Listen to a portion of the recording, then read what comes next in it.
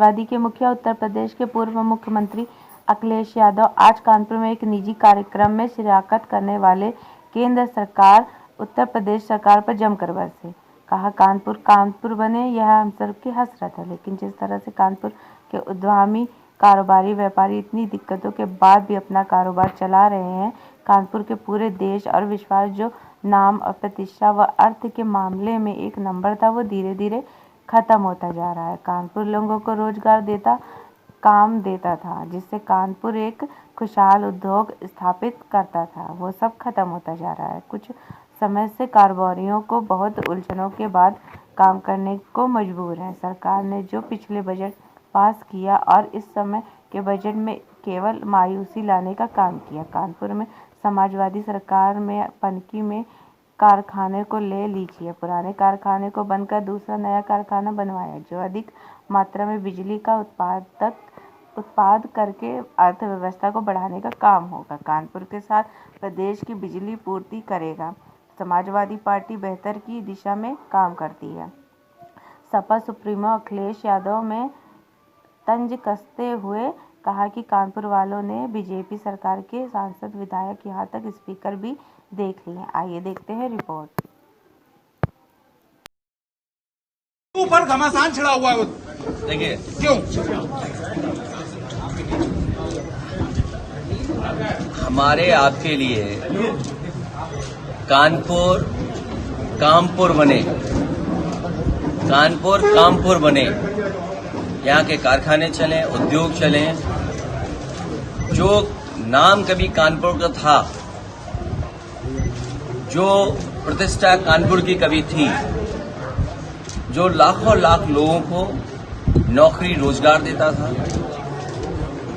और देश की प्रदेश की अर्थव्यवस्था में अपने आप को और अपना स्थान बनाता था, और आज भी जब सरकार के इतने वर्षों के बाद, नजरअंदाज करने के बाद भी, सरकारों की बेरुखी के बाद भी, कानपुर अपने आप, कानपुर के उद्योगपति, कानपुर के कारोबारी अपनी मेहनत से और तमाम उलझनों के बाद उसके बावजूद भी कारोबार कर रहे हैं। इधर कानपुर ने कई बजट देखे होंगे, जैसे हर बजट ने भारतीय जनता पार्टी के ने मायूसी लाने का काम किया। एक बार फिर जो आखिरी बजट से पहले बजट था, उसने भी कानपुर को कुछ दिया नहीं। आज भी अखबारों में जो तस्वीर छप रही है, जो सबसे बड़ी खबर मैं मानता हूं, वो आपके पनकी के कारखाने की है। ये वही पनकी का कारखाना है जो समाजवादी पार्टी ने और मैंने खुद ने इसको आगे बढ़ाने का काम किया। उसका परिणाम ये हुआ कि आज कानपुर में जो पुराना पनकी का कारखाना था, उसको खत्म कर करके नया पनकी का कारखाना बन गया है। न केवल ये कानपुर को बिजली देगा, प्रदेश को बिजली देगा, और न केवल कानपुर की अर्थव्यवस्था बेहतर होगी, बल्कि इससे देश की भी अर्थव्यवस्था बेहतर होगी।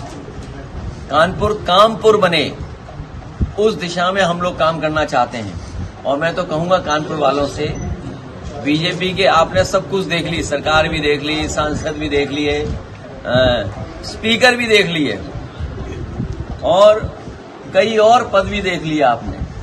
मिला क्या कानपुर को? गंगा वैसी की वैसी। अभी जब मैं कानपुर घुस रहा था तो मैं देख रहा था गंगा के किनारे जहां पानी खत्म हो गया है, वहां बच्चे क्रिकेट खेल रहे हैं मैदान में।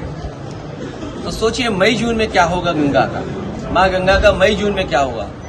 और आगरा में मुख्यमंत्री गए हुए हैं।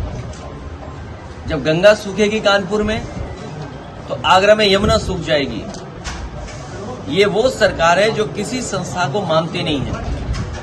उत्तर प्रदेश पॉल्यूशन बोर्ड क्या कह रहा है, सेंट्रल पॉल्यूशन बोर्ड क्या कह रहा है, दोनों में झगड़ा है। ये डबल इंजन नहीं, डबल ब्लेंडर की सरकार है। दोनों इंजन टकरा रहे हैं और डब्बों का हाल पता ही नहीं है, डब्बे क्या कर रहे हैं। और जो उर्दू की बात आपने की थी, जहां से शुरुआत हुई थी, मुख्यमंत्री जी क्या बोले, क्योंकि नेता सदन है, उनके बारे में सब जानते हैं, वो कुछ भी बोल सकते हैं। और अगर कभी देखना हो कि कुछ भी बोल सकते हैं, तो हमारे एएनआई के कोई मित्र होंगे, वो रिकॉर्डिंग जरा दोबारा देख लेना, तो आप जान जाओगे कि मुख्यमंत्री जी कुछ भी बोल सकते हैं। अगर मुख्यमंत्री जी सदन में ये बात बोलें और स्पीकर मुस्कुरा रहे हों, इससे बड़ा लोकतंत्र की हत्या कुछ नहीं हो सकती है।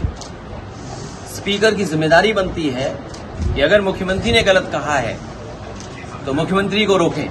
और मुझे मेरे सदस्यों ने बताया कि केवल हमारे माननीय सदस्य पंकज पटेल उसने कोई बात कह दी, उस पर पूरी बीजेपी ने माफी मंगवा ली। उर्दू को और उर्दू को जिस तरीके से बोला जा रहा है, ये हमारी तहजीब की भाषा है। उर्दू यहीं पर जन्मी भाषा है। उर्दू हमें बहुत कुछ सिखाती है। इसमें टर्किश शब्द हैं, पर्शियन शब्द हैं, बाहर के लाए हुए शब्द हैं। भाषा वही अच्छी होती है जो स्वयं में और शब्दों को भी संभाले। जब बहते हैं शब्द, इधर से उधर आते हैं, तो भाषा और मजबूत होती है। और हमारे मुख्यमंत्री जी